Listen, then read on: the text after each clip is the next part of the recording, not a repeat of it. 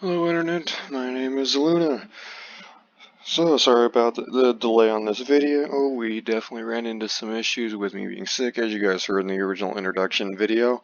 It really did not get much better yesterday, but yeah, it kind of went, hey, you want to do nothing but lay in bed and throw all day? Well, here you go. And I was like, okay, I don't want to, but I guess that's what I'm doing.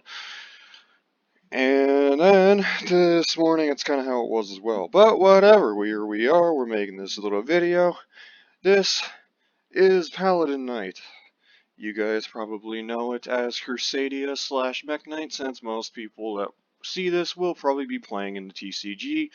I mainly use OCG names for these two archetypes, so keep that in mind while watching this. It may bug you, well that sucks, because it's my video and I'll do what I want! Anyway, Mekk-Knight, or Jack Knight. I hate the Mech name, so for henceforth it will still be called Jack Knight unless I'm stupid and forget my rule on that. Anyway, the Jack Knights, as you can see, we mainly are using the standard Jack Knights engine that you'll see in almost any kind of deck with the 3 purple dusk, 3 blue sky, and then maybe some memories in there. Yes, we're running 3 memory, but that's just to maximize searches. I maximize consistencies in almost every deck I build. I really do not like relying on luck, and I normally do not like to just put bare minimum on my engines. I like to usually have basically any chance possible to get every bit of my deck. With that in mind, you will also notice that once we go to the Paladin section of it, that we now have like about, let's see,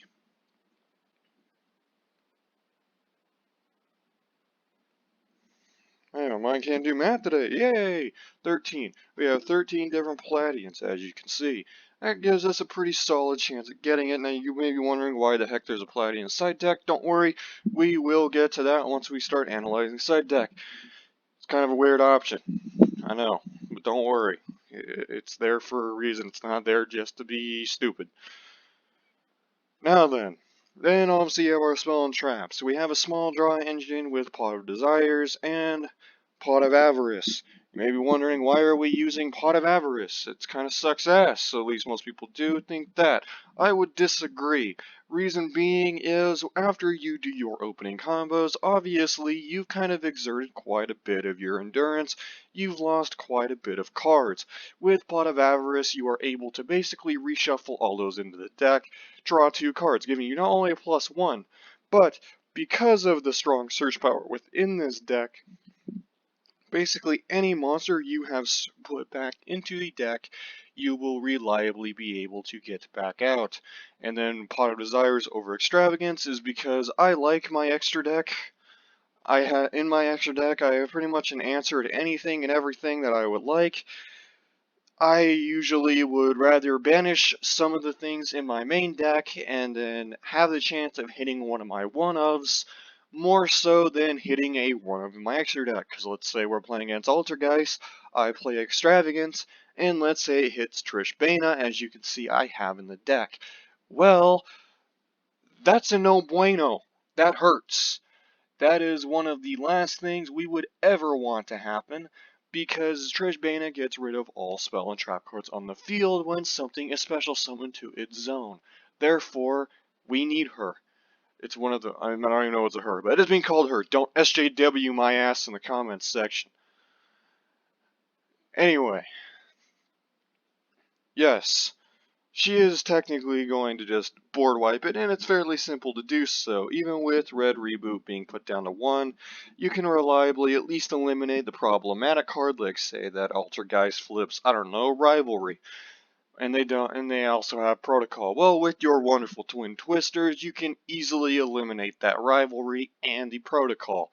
Yes, if let's say they actually only have Protocol or only have Rivalry for whatever reason, well, that just means you get a pop 1 bonus card if you so choose. Or, you can use the couple MSTs that are inside the other zones as well. You never really know. And as for your spell and trap cards, obviously this deck is still kind of set. The main deck is set up for going either first or second inside of the first round. It is set up for match format, best 2 out of 3. It is not set up for singles. Granted, it will see some decent success in singles.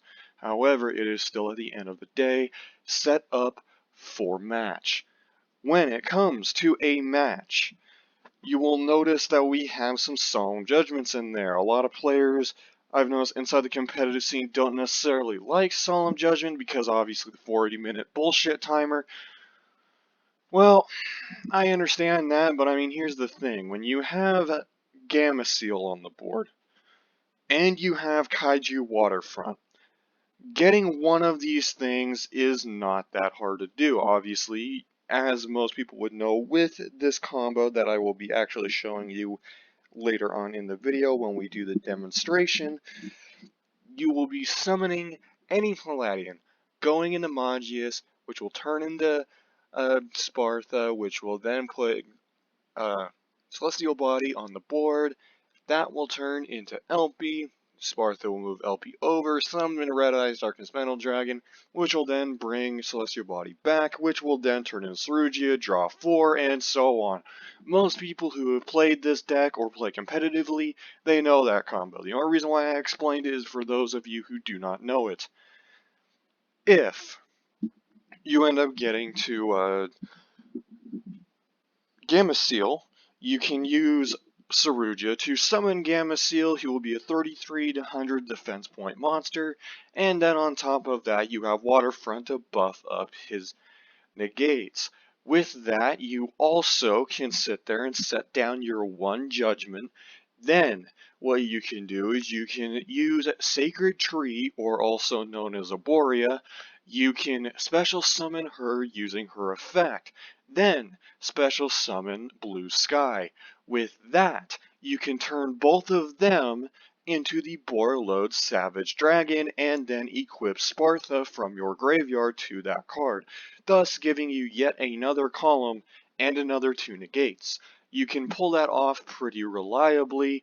Granted, it does require you to top deck either A, Purple Dusk, or B, Blue Sky, and you need to top deck either A, Arborea or Sacred Tree, or you have to top deck Celestial Bodies, also known as Draco.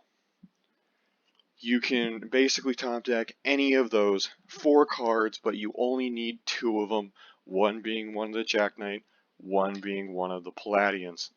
Once you have that, you're pretty much going to go. And if you end up drawing into Desires instead, you can pretty much play Desires, and then as long as you don't just banish all copies of all that stuff, you're pretty much fine. And the chances of you banishing all your Waterfronts or banishing all of your any of your 3 ofs in all reality is kind of low. Yeah, you hit Gamma Seal, and in that case, it's like, oh, well, fuck me. Happens. Kind of sucks, but you just gotta kind of live with it and roll the punches. Next up, we go to the extra deck. Obviously, I already demonstrated one, well, explained one combo, not demonstrated, sorry, but explained one combo with it.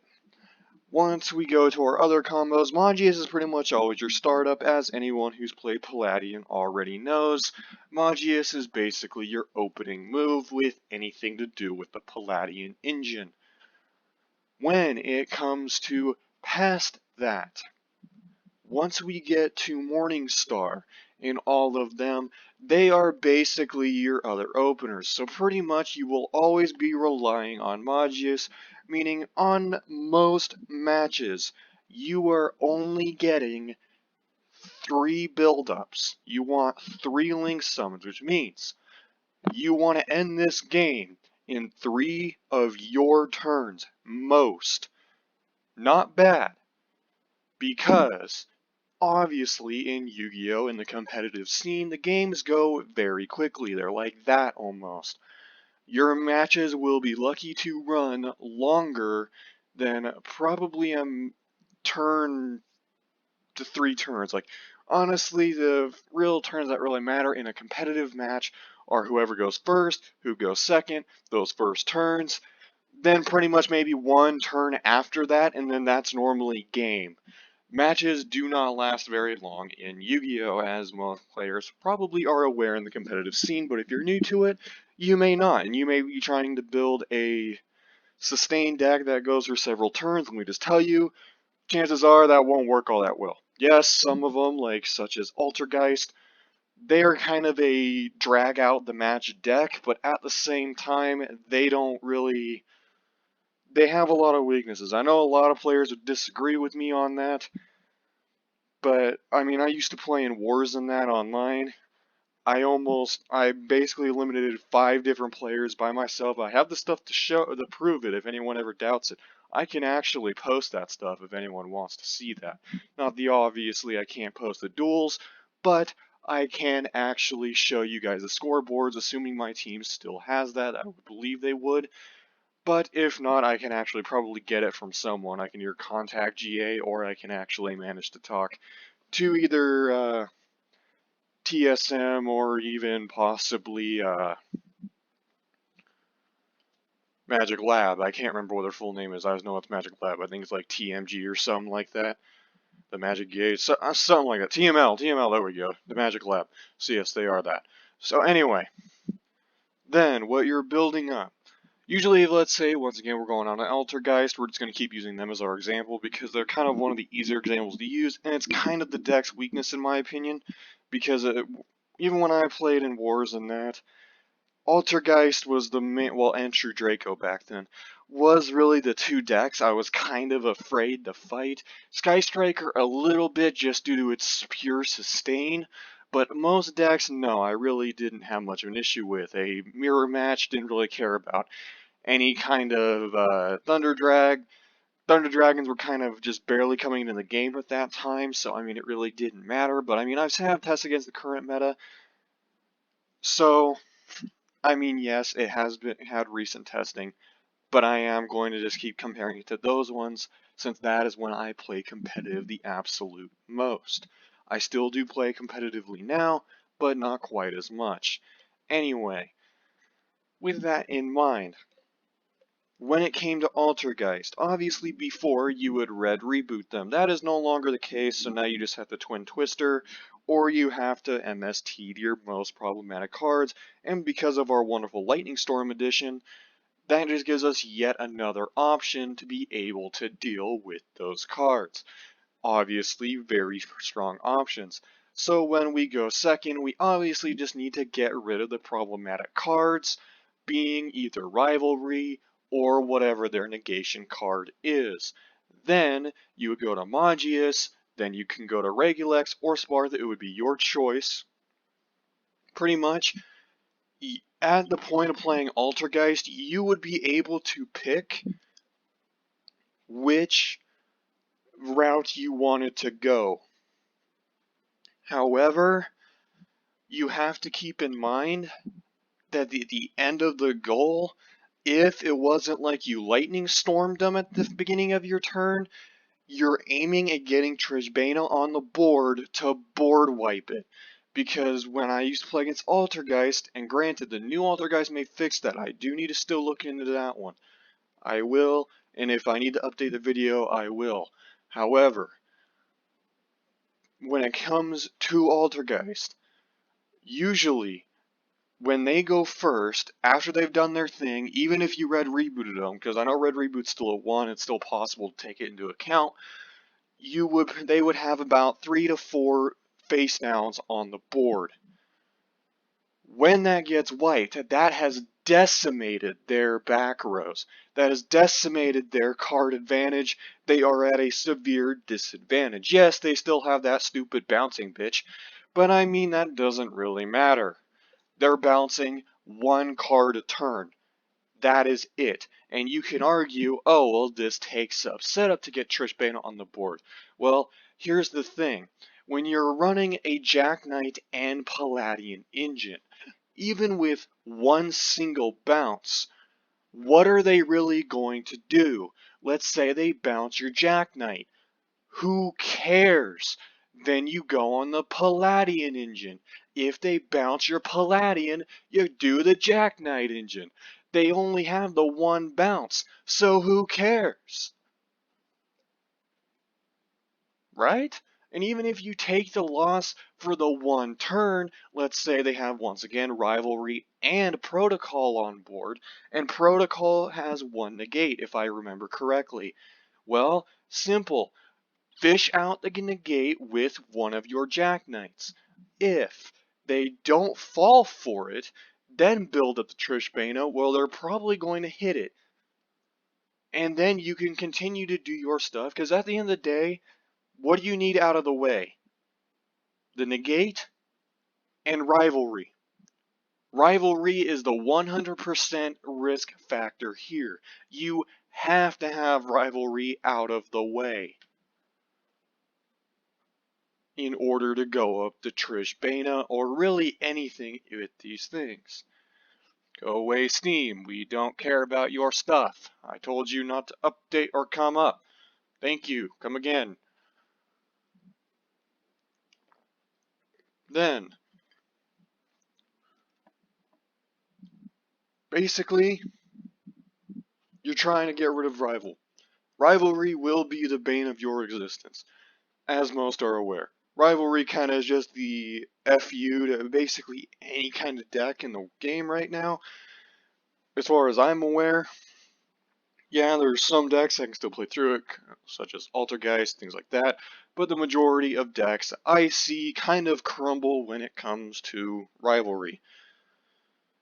Now then, introducing your other options. Obviously, you have Archlord, also known as Equimax. He's basically your main offensive piece. You will run over basically anything and everything that gets in your way with this guy. He loves it. It gets him off. He just loves to run into stuff. It does not matter if it's even his own ally stuff. You can give him a kaiju, run right over it, and trust me, he'll have a blast. Anyway, this is your guy that you will be buffing up to a ludicrous amount of attack points. He gets his own little built-in negate using his little pointing ability. Wherever he's pointing at a Paladin, he can send him to the grave and then negate a card on the field. So, I mean, if they do ever try to do, I don't know, some unexpected, such as, let's just say, Mirror Force. I know that's not really a competitive card anymore nowadays, but let's just say, so for whatever reason, someone played a Mirror Force in competitive match, he could stop it. Then, your next option that you would be going up to, if let's say that, we're on the late game. The game has kind of gone past the 3-turn limit. We're kind of on our last things. At this point, the Paladians are probably running out of resources. You are now looking at mainly your Jack Knights to be maintaining your sustain, which is why a card like Green Heights is in the deck to maintain the Jack Knight sustain. Now then, with that said, you are mainly going at this point in the game, you probably will have secrets on the board, you may have a Morning Star left, stuff like that. But at the end of the day, you have a few options of what you're trying to do. At this point in time, you have 2 different monsters that you can end on minus Morning Star if you're just trying to get a defensive setup and you're trying to just push with an overloading amount of Jack Knights if they are at 3,000 or lower life points. That's where our best friend and most unexpected friend that I've noticed every time I've played, World Scars, also known as the wonderful guy off the Taco Bell menu, Spectrum Supreme, comes into play. Hate that name, will always hate it. Anyway, that is where he comes into play. If you have a column wide open on both sides of the field, he can just go straight and smack them right in the face, and you would be amazed how many players leave a column wide open on the extra deck monster zones.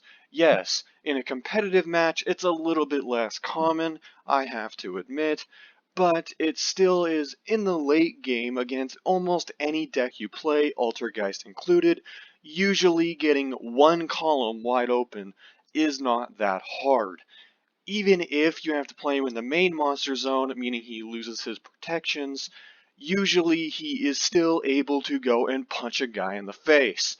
It's not usually that hard to get him to do so. Then, your final option. This is basically one of your trump cards when it comes to the game, which is Borreload. I know a lot of people would say the Boral Sword outdoes Boral Load. I would personally disagree, and I'll tell you why. Every time I've played against an opponent, I have only ever been OTK'd by Boral Sword one time. Actually, I think maybe twice. Twice, at a maximum, have I ever been OTK'd by Boral's Sword. I am not denying that Boral's Sword is a very powerful card. He is. However, the reason I would almost always take Boral Load over Boral's Sword is because of the first part where neither player can target the card with effects. There's that first part that makes a lot of cards not able to hit Borreload, but they can hit Boral Sword, because Boral Sword is only protected from battle. The next thing that I like about Borreload over Boral Sword, let's say my opponent went Boral Sword, but failed to actually kill me. Well, now we're about to turn that completely on them. That is when we go into Borreload. We take the Boral Sword, and almost every single time you steal someone's Boral Sword, I promise you they will die. They will be basically out of resources, and they are screwed. Boral Sword, I've noticed, is kind of the last reach move, kind of like Borreload is for your deck. It's a very rare occasion that I go into Borreload earlier than late game. Usually the only time I do that is if it's something that can't be destroyed by card effect, or can't be negated, can't be targeted, kind of just stuff like that, and it's just some asshole we need to get around. Like, I think the best example I can come up with is like that Rapid Raptor that's like 20, I think it's actually 3,200. That's kind of a bit harder to beat over. It kind of gets to a little negate, and obviously with some hands, you're not going to be able to get Archlord powerful enough to just run his ass over. So, as a result, you normally would just go into Borreload, take the guy, and then ram him into your own enemy's face. Now then, with all that out of the way, there is one more monster I want to discuss, and that is this guy over here, our wonderful, in my opinion, our boss monster, Avramax. I don't know if his name has actually been changed. He's one of the only Paladin slash Crusadia slash Mekk-Knight slash Jack Knights that I am not sure if his name is different in the OCG. Now then, for him, you really do not summon him that often. Yes, he is one of my favorite monsters with his card art and everything, and his names and everything else, but you do not summon him very often, and I will tell you why. Usually, to summon him, you are doing it in one of a couple ways. You are either A, going into Link 2's Morningstar Regulex, or Spartha. You are making any of them to go into him, or you are going up to Archlord and turning one of your other Paladians into a second Magius, and then turning that into Avramax, which is something I usually do not like to do, solely because to me, Magius is the starter card. He is your going up into the other cards. So, when you just outright get rid of Magius like that, you are technically losing a link ramp, which I personally do not enjoy. Some players may not mind it. I don't personally. And as powerful as he is, I gotta admit that usually his power he's not unbeatable.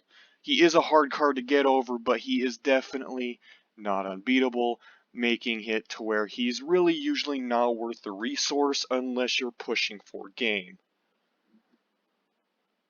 With that out of the way, finally we have our side deck.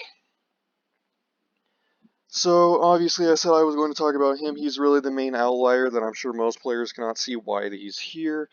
Well, the reason is simple, is if we are going second, if we, let's say we won round 1, lost round 2, and we're going into round 3, if we're playing against a deck that we would prefer to go second against over going first, well, here's what we're going to do. We are going to side out the Kaiju engine. That includes the Kyoto waterfronts, and probably Godarla, and maybe possibly even Gamasteel. Obviously, when it comes to the two actual kaiju monsters, that depends on if you want the monster removal. Usually, I would probably remove them because I would add in something like the two Dark Ruler No Mores, or something like that in its place. And then usually, that gives you bigger toolbox. I usually like to have about an 8-card toolbox, and when it comes to the Kaiju engine, that severely limits that toolbox down to about 4 cards, maybe 3. On average, you're more sitting at about 4. The 2 Twin Twisters and the 2 Solemn Judgments are what I would consider your toolbox in the first round. Granted, you can say Secrets is also one of them, but I normally like to have that as a rejuvenation card, basically. It's kind of my recovery card, as well as a little bit of extra control with the Jack Knights.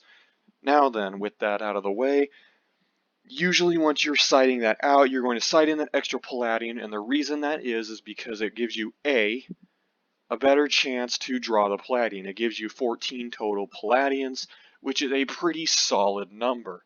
That is almost half of your deck. You have a very, very good chance to be able to draw into at least one Paladin, which at the end of the day, that's really all you need.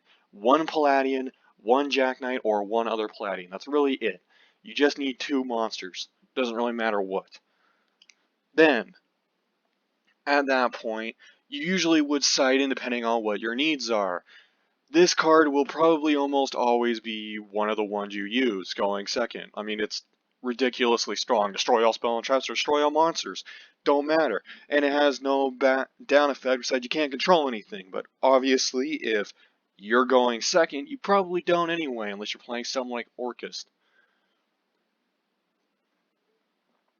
In which case, if that is what you're playing against, then you may not side that in, you may take something else instead, such as, like, infinite impermanence. Now then, with that out of the way, once you've sided in all that wonderful stuff, obviously that kind of alleviates that. Like, if you're, let's say once again we're going to use Altergeist as our example. If I was playing against Altergeist, and I was going second, whether it was I won or whatever, and I was choosing to go second so that I knew that they were going to be placing their stuff on the board. Well, since Red Reboot is no longer in the game as much, I don't like to rely on one-ofs. They're kind of inconsistent. Well, simple, what we would do is we would be citing out this stuff. The Solemn Judgments would be cited out. We would be putting in at least these 2 right here, because they can be activated at any moment. We would then cite out our Kaiju engine, so that would be all 5 of them.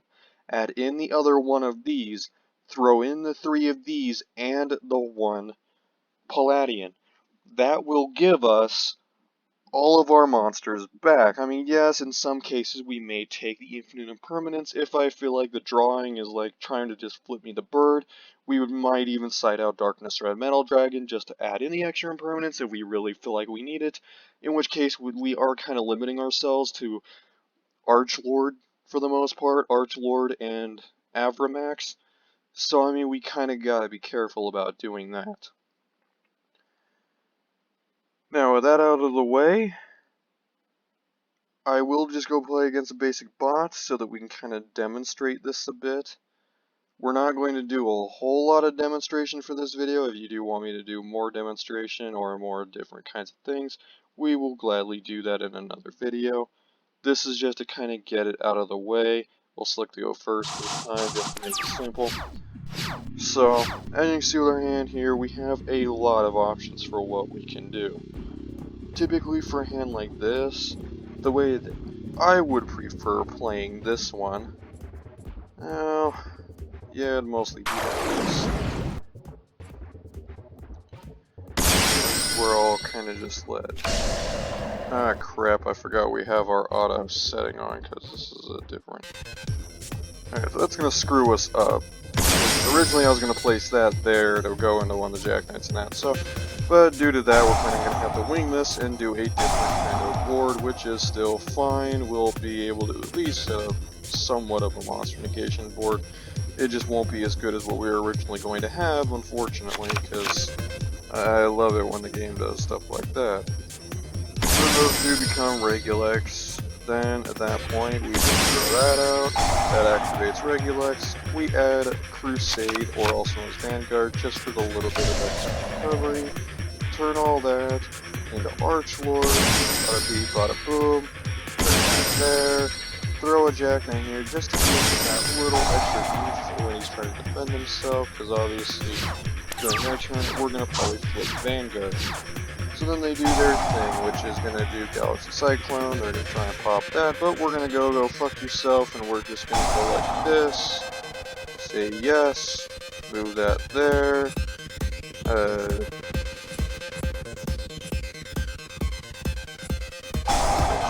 Assuming I remember the chain right, yes, okay, no, I actually so awesome.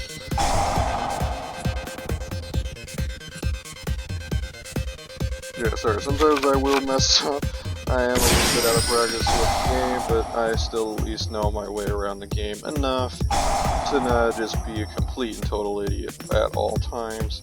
I'm just so much practice.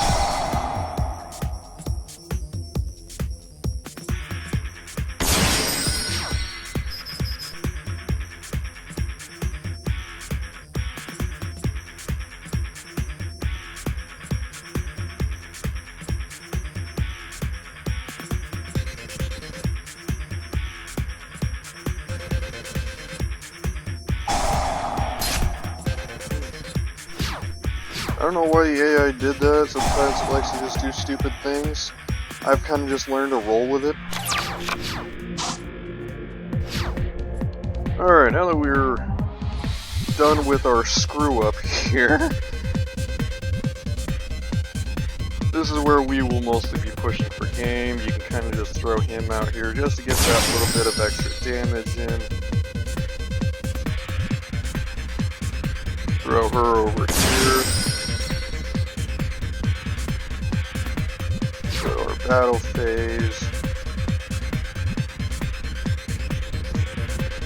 Actually, I just realized she's going to actually pop that thing and gain 1600 attack.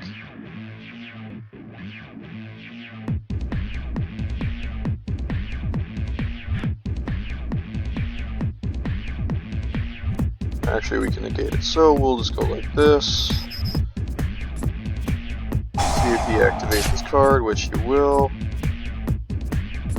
I guess since it's a quick effect, we can't just trigger to it. Alright, well, we fucked up again. Awesome. And we are just doing great today. Really, this is a horrible demonstration. I apologize. We will probably do another one here just because we have been so stupid.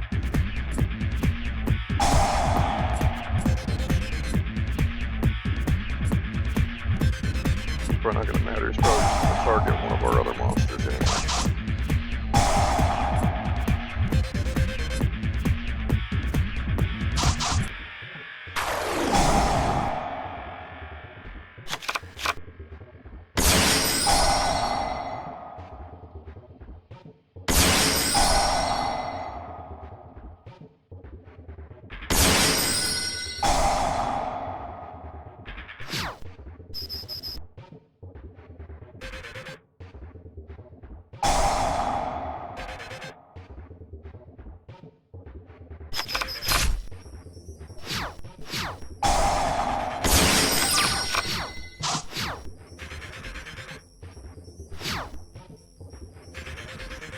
Okay.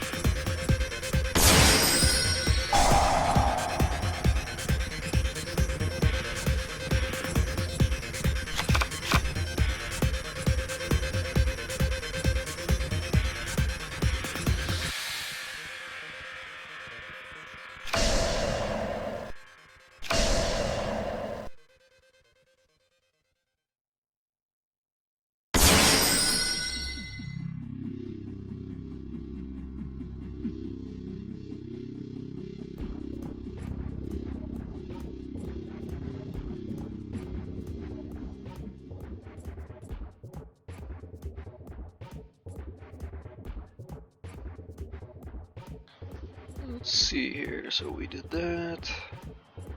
Yeah, we could actually push for game doing that, so let's do that.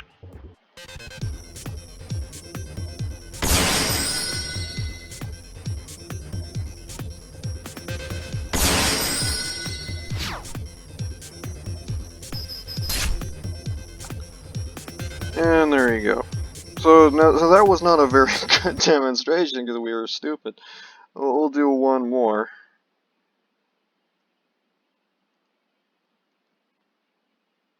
Alright, what's it gonna make us do? We're going first? Okay.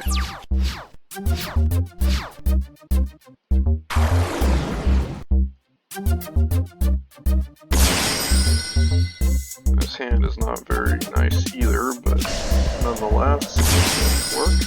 Probably good that we get some in here that has its where obviously the hand isn't very good, because it kind of lets you see the kind of actual versatility the deck can have at times.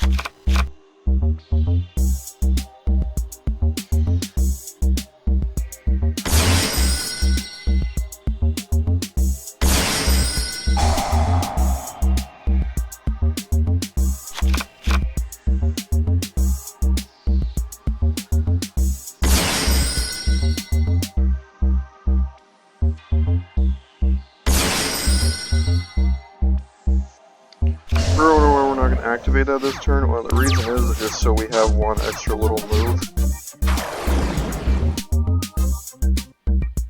looks like we're going to be playing against some kind of stupid deck, so I mean that's probably not going to be a very good test, but nonetheless we'll still make it work.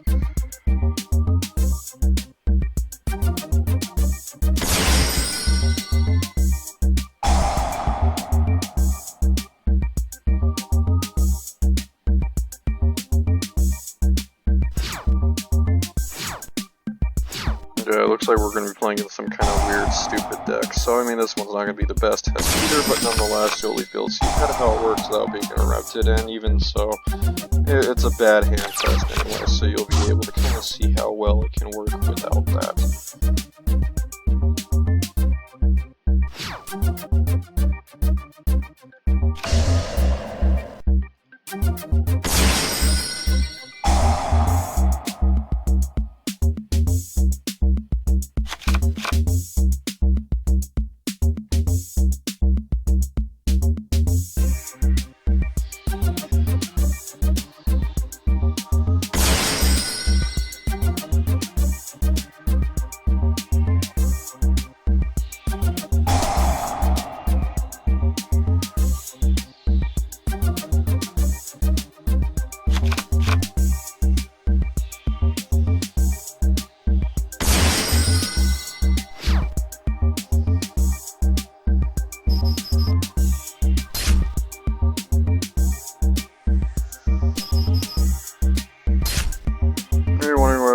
Activate Testament. Well, it's simple. There really wasn't a reason to, because it was going to die anyway, because for whatever reason the designers of Nexus added it in these weird normal decks that like just summon a Mekk-Knight or something stupid like that and pass. Anyway, I sadly didn't get to demonstrate what we want because, I mean, the card didn't do it, but this video is getting really long as it is. We were already hitting a 38-minute video.